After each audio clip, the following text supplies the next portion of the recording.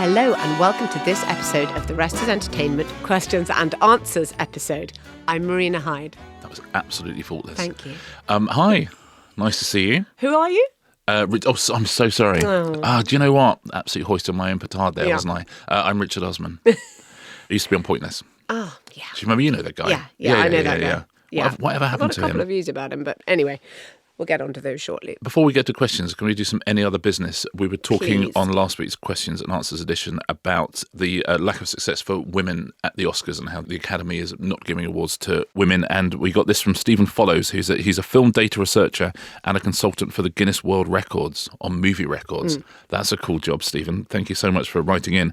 And he said Marina is absolutely right. So he's crunched the numbers for you. He said in mixed gender competition, where women and men are in the same category, only 8% of all wins of all time were women beating men. Only 8%. 97% of cinematography wins, 86% of best directors wins have gone to men-only winners.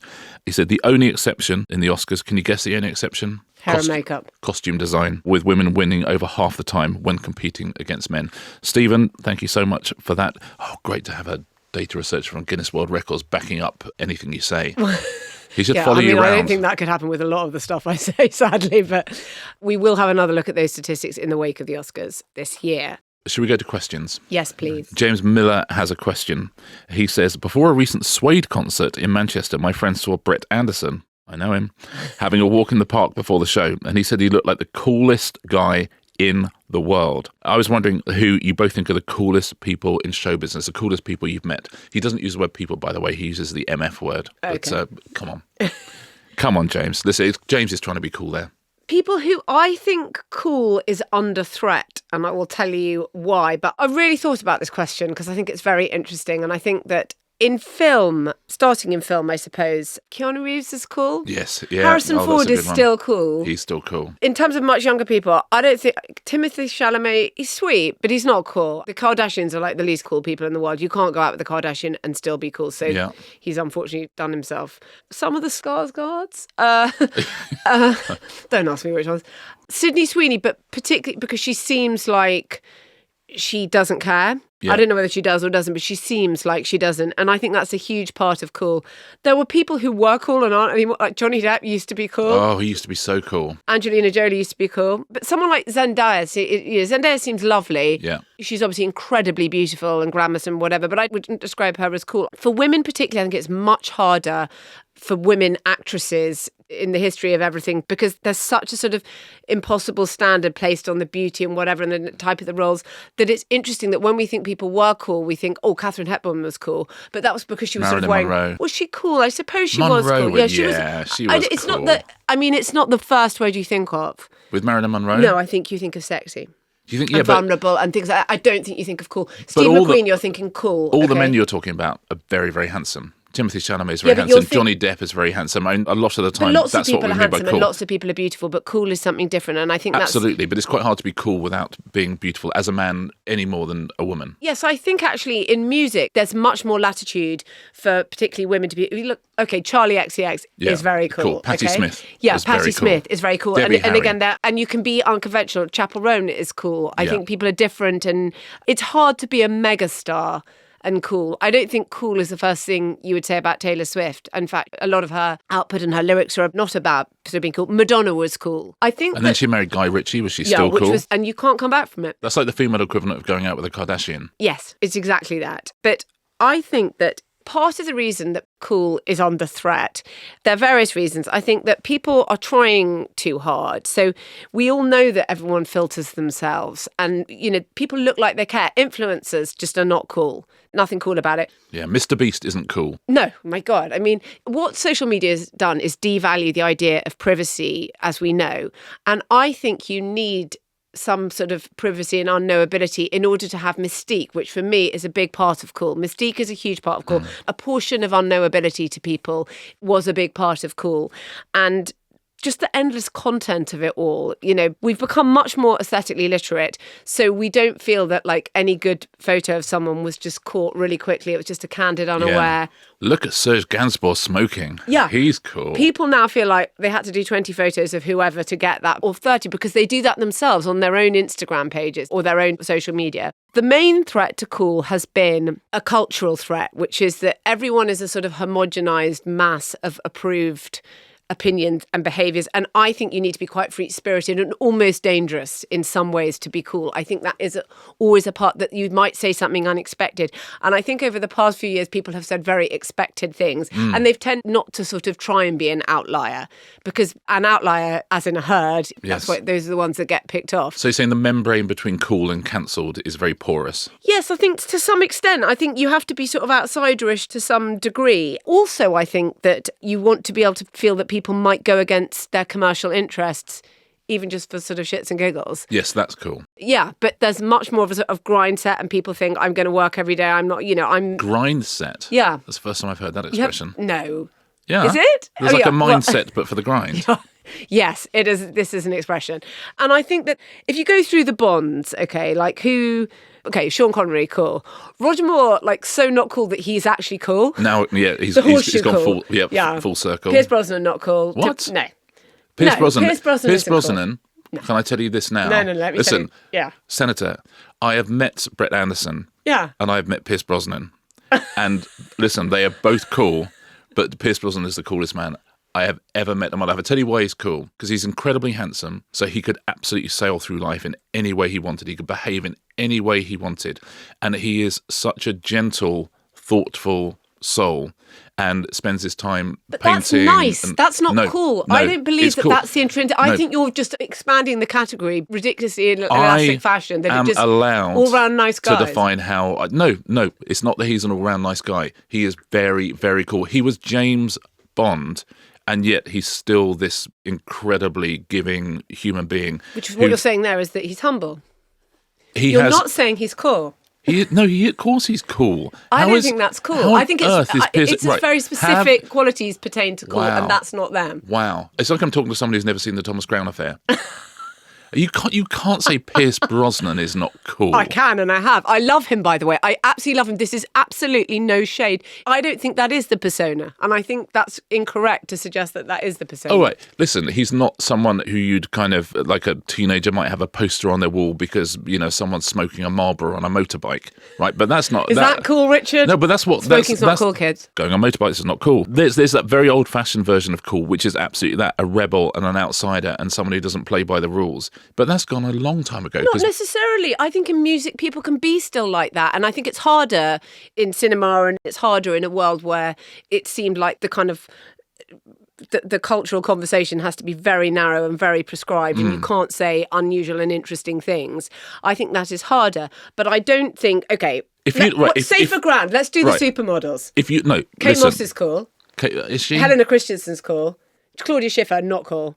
Wow. I don't know if Kate Moss cool? Yes, Kate Moss was cool. I'm sorry that you think that Pierce Brosnan was cool and Kate Moss wasn't cool. If you think Pierce Brosnan's bad, you're going to hear the rest of my list. You're going to lose your mind.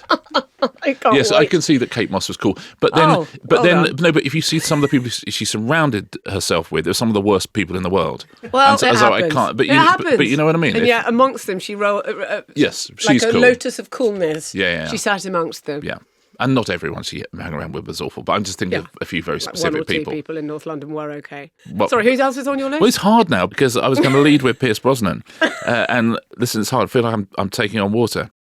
Lee Child is very, very, very cool. So in the same way that Reacher, his hero, is very, very, very cool. Yeah. Reacher is cool, Reacher's cool. Yeah, Reacher is very cool. Yeah. And Lee Child is as well, because Lee Child, writes these books, lives on a ranch in Wyoming half the year, and just, and it's just one of those people who just walks in a room and everybody turns their head. He's just... Anyone you feel could be in the Wild West. Anyone you feel in the West. Billy Bob Thornton, he's cool. You still get the impression he doesn't care and that he's dangerous and he might just blow everything up. But with Lee Child, you have to look twice, because you look at him once and then you look again going, hold on a minute, is he smoking on a motorbike? No, he's not. He's just walked into the room. So Lee Child, I would say, is very cool. But I have a very different view of what cool is. Victoria Wood is one of the coolest people I ever met. Well, I think she is utterly amazing and a genius and all sorts of other things. She means more to me than almost any other comedian, but I don't think she's cool. You no. don't think she's cool? You don't think? Well, I mean, then it just becomes a sort of meaningless world that you just apply to people you quite like, or in my case, love. But, I don't think that's the same thing as saying what is a sort of platonic ideal of cool through the ages. And, that maybe morphs and changes. And obviously, John Wayne is not the same as what came after him or whatever. And I understand all of that. Marlene Dietrich is not the same as what came after. But nonetheless, and I think Victoria would have hooted with laughter if you described her as cool. Oh, of course you would. She would understand what a ridiculous point you were making. But that's why she's cool. As Okay, as Huey Lewis said, it's hip to be square. Wow. Honestly, I've got the name Stephen Hendry written down here because... You haven't, have you? Yeah. For the benefit of the tape, I'm holding the portion above my nose, which is where people do And it. he's cool because he's completely different to how you think he's going to be. Completely different to how he comes across on TV. It's just a very, very... That's another of the descriptions. It's like a massive thesaurus, this, isn't it? This is another of the descriptions of the world called people who are different to how you think they'd be. I'm so sorry. Let me look at the question again from James. Let me have a look at this. He's saying, okay, who's the coolest person in show business? Brackets, please only use Marina's definition of cool. Sorry, I didn't read that bit out, did I? Sorry, I forgot. I'm now looking myself and it says you can be infinitely elastic so that you can mention some people you like. Thank you, because that's what cool is. James, listen, you absolutely see you've opened a can of worms here. I will say in the bookshelves. I will say this. This is worse than bookshelves. Firstly, let us know. Members, you can use our bulletin board or, on social media who you think is cool. I personally think that Victoria Wood is cooler than Timothy Chalamet. I agree with that. And also Pierce... Because Timothy Chalamet is not cool, as I've discussed. But as I've ordained, as I've ruled. Again, the Pope, get me a gavel and let's move on. The Pope of Cool, Marina Hyde. I'm not remotely cool. I understand that. Oh, no, but you are the judge of everything that is cool. I've got a gavel and I'm going to use it. Like the Pope.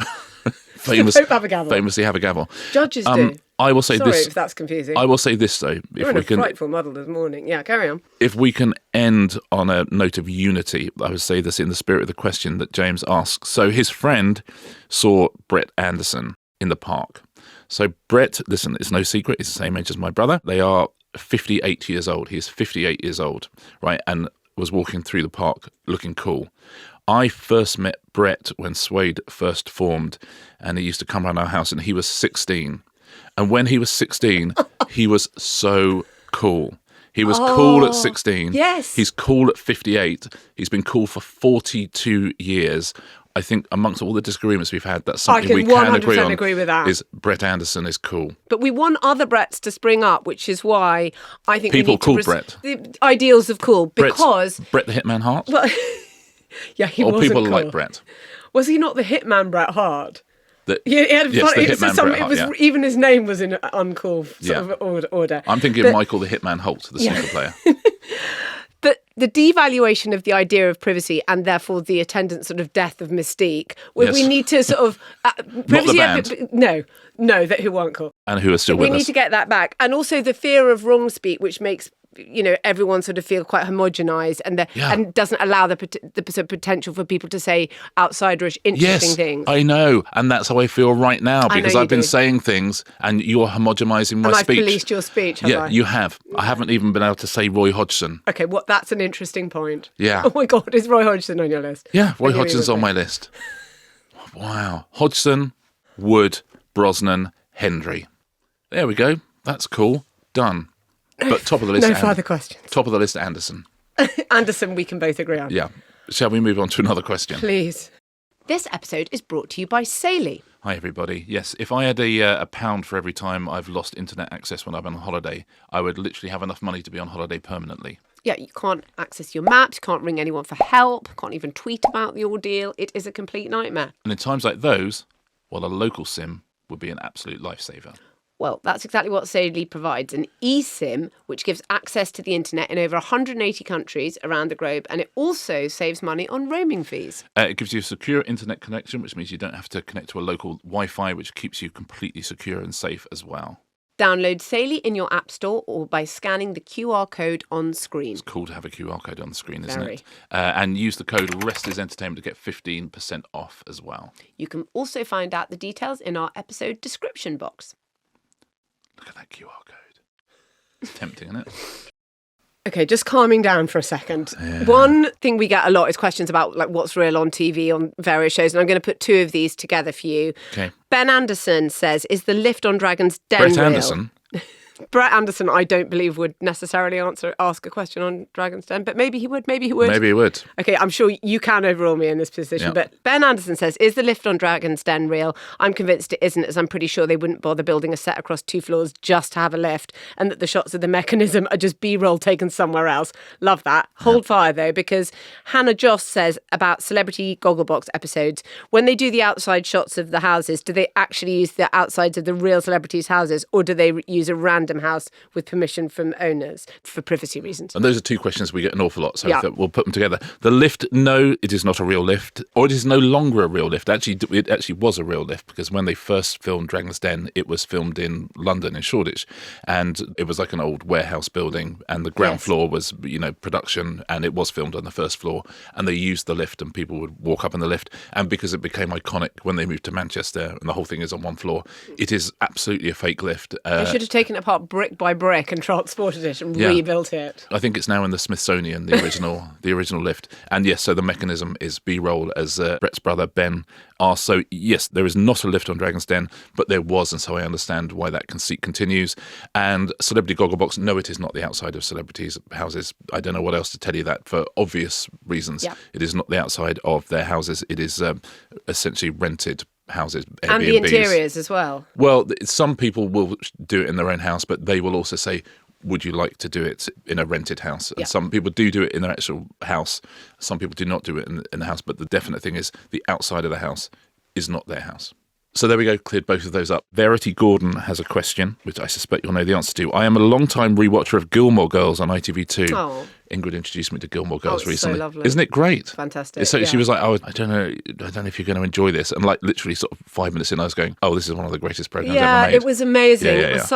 It was such a thing. Anyway, yes. Her question is not about whether I like it or not. Her question is this. The opening music, she says, is definitely pitched up.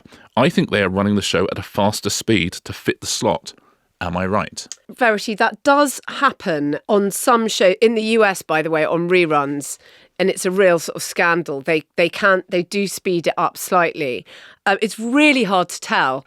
I've watched clips of Seinfeld and they do scripts so they can put more ads in on reruns, which is, we have really strict rules governing how many ads, Ofcom rule, and how many ads you can have in an hour and thing. So we don't do it to increase ads. So an ITV half hour is 24 minutes, 15 seconds usually. And so you've got those, 5 3/4 minutes. When they're doing cable reruns, they can have many more. When you've got them next to each other, it seems like it's really obvious. Yeah. But when you watch them apart, it's quite difficult. First of all, the main reason this happens is because our PAL format, PAL format, is 4% fewer frames. So they speed up ours over here, and so we speed up theirs over here. Do they slow ours down? Yeah, we're 25. Yeah, we're 25 frames a second. They're 29.97 frames a second. Okay, so it's wow. Now you're cool. No. Very uncool.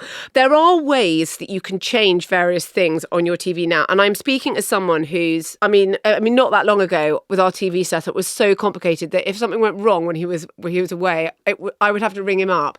And it would be like he would be trying to guide me blindfold into the Death Star's thermal exhaust as soon port. as there's more than one remote control, I leave the room. Yeah, it was really complicated. Anyway, but how do I get the volume? Where's the volume? Broadcasters in the US do sometimes, they put it 1.1 to 1.3 times faster when they're doing reruns to increase how many ads they can show, which is bad. But isn't it interesting that Verity, the place she's spotting it is the music? Yeah, and that's the place where people spot it most, and that's when they say, I know you're doing this.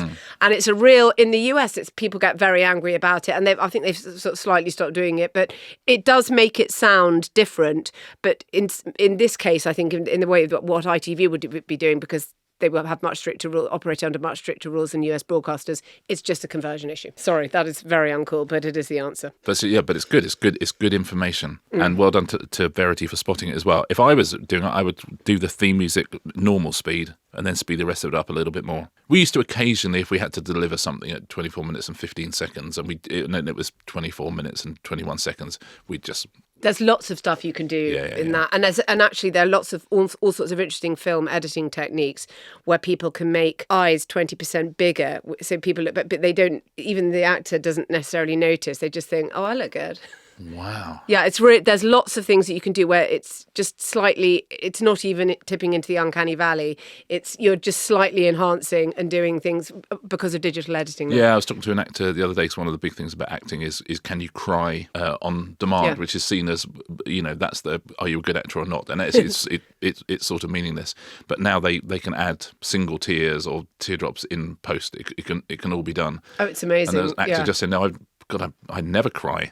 I would never cry. They just, I'll do the rest of the acting, and then they'll add the tears. Yeah, add my emotions in post. Yeah. Oh, one for you about Who Do You Think You Are? Connor Martin says, do celebrities get paid to appear on Who Do You Think You Are? In my mind, you would think they'd queue up to appear regardless of the fee for the sheer privilege of getting to explore their ancestry in such detail. I loved your Brighton episode. Yes, it is brilliant. Oh, thank you, If you haven't Connor. seen it, please watch Richard's Brighton episode. It's fantastic. That's very kind. You do get paid to do it. It's an interesting one, because Connor is absolutely right. It's one of those shows where if they said, oh, by the way, you don't get paid, I 100% just would have done it, because I wanted to do it to get the family history to give to my family. But, not everyone is going to be that way, and you pay to get people to do it. And mainly you're paying for someone's time, is the truth. If you're filming for 4 days, that's 4 days work where you could be doing other things. And so, you have a daily rate. And, because it's the BBC and because it is prestigious, it's not a huge amount of money, but it's, you do get paid for your time.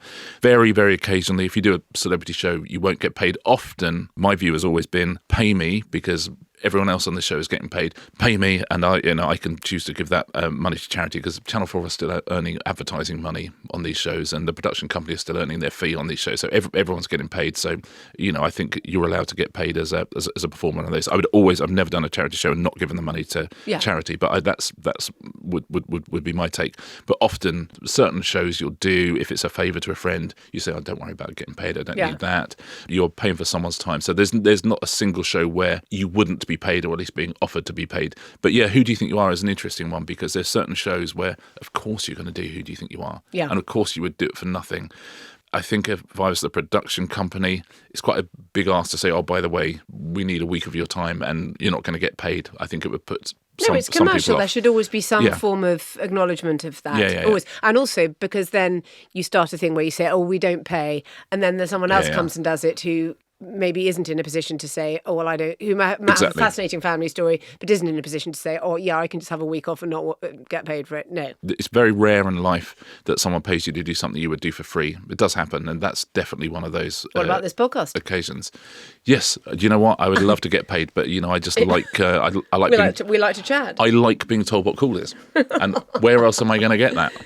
You know what I mean? Where else am I going to be told that Stephen Hendry isn't cool? Talking of questions we get a lot. In fact, this is a question we had 3 times within 15 minutes of each other, from Kieran, Andrew and Steve. They all ask the same question. This is an amalgam of what they're asking. Do they really get up at 4 a.m., the contestants on The Apprentice?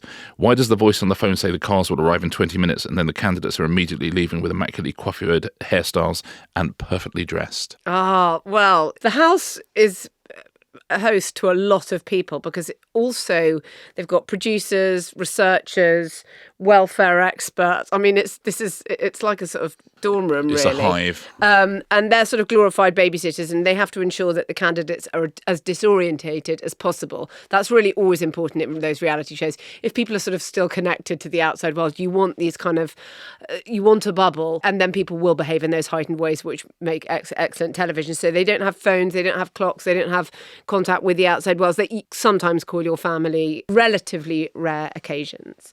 The alarm is set at 4 a.m. and they do only have 20 minutes to get ready, but sometimes the producers have to turn the lights on or bang the doors to make sure that they actually wake up on time. It's interesting, this. It's sort of a conceit. It's sort of a conceit, because, some days they do have to be at the National Air Force Museum at Duxford, but sometimes they have to be just down the road, and it's at 4 a.m. and the cars are arriving in 20 minutes. You think, well, the cars have just left and it's sunshiny outside, so it's not 4:20. And there's no way that hair took 20 minutes. Yeah, there's no way. But they will have got up early to do the hair. So there is some truth in that they are woken up very early, because a filming day is a very, very, very long day. And so to sort of tell the truth of a situation, which is these people people are woken from their slumber at a time they don't know it's going to happen and have to get ready very, very quickly. That is true, for sure.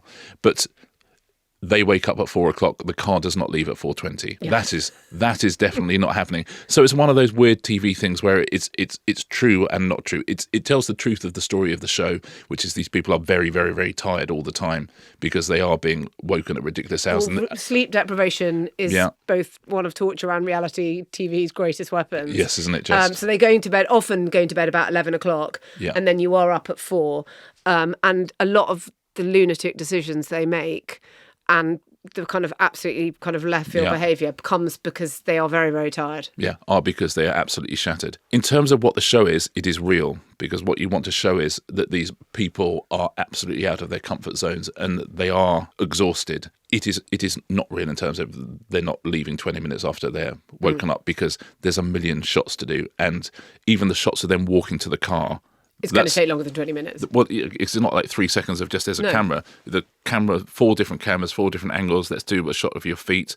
Let's do the car moving away. Let's do the car moving away, and you're all in it. You failed to move in lockstep. I don't care if you're tired. Exactly. And that takes a really, really, really long time. So by the time the cars leave, which is why you have to get up at 4 a.m, because you've got to fit a lot into a filming day. So it's one of those bits of TV fakery that sort of is fakery and isn't fakery. They're also obviously allowed to do huge amounts of makeup before they go into the boardroom. Is very, but that it would look so much worse if they were sort of dishevelled and whatever. Yes. You want that to look like, even though it's clearly a sort of weird set, that's in sort of West Acton, but you want that to look like a prestige set.